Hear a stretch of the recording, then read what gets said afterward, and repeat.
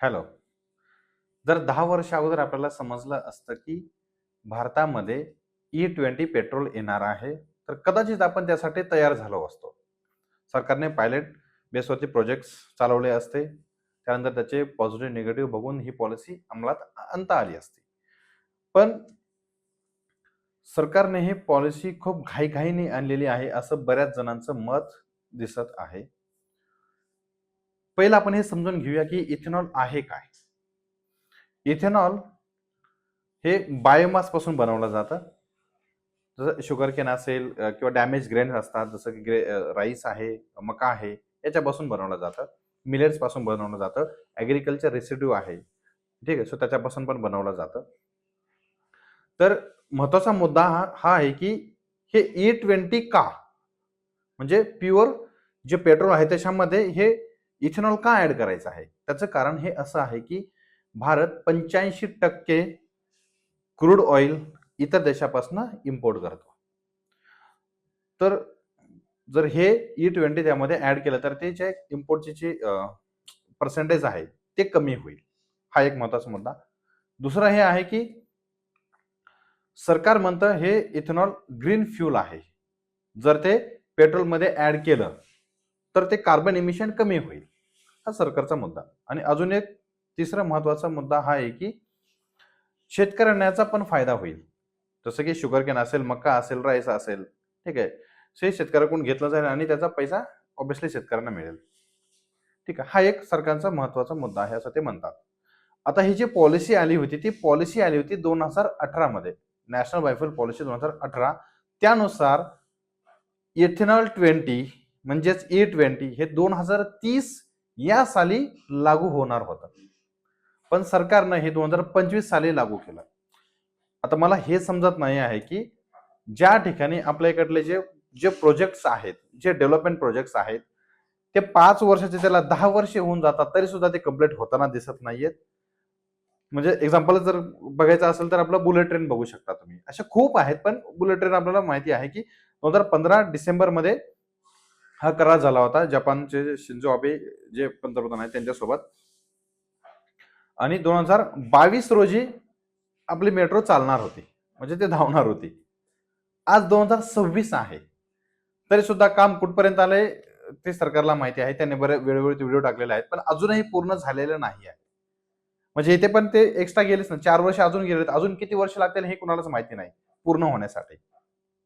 तर हे सरकारचे डेव्हलपमेंट प्रोजेक्ट्स असतात आणि या ठिकाणी सरकार 5 वर्ष अगोदर ही पॉलिसी लागू करतं. तर याचं कारण काय आहे सरकारनं जनतेला सांगितलं पाहिजे. का? तर they are accountable towards the people.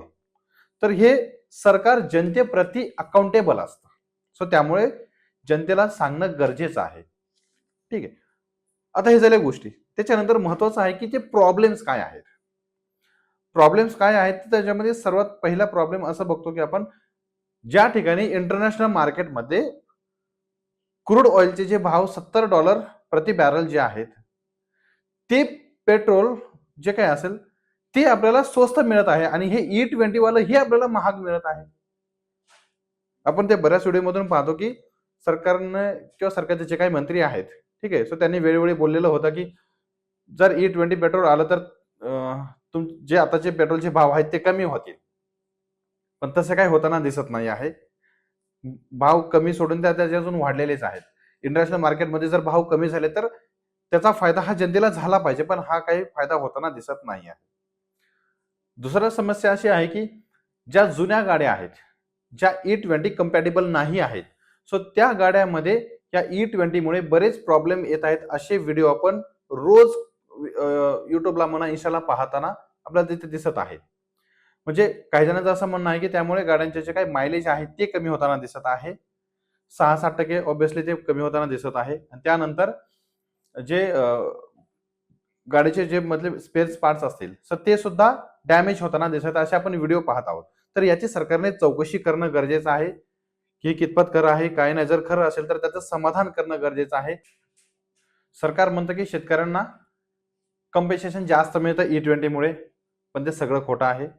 याच्यामध्ये जो फायदा आहे तो फक्त शुगर मिल्स आणि डिस्टिलरीज यांनाच मिळत आहे.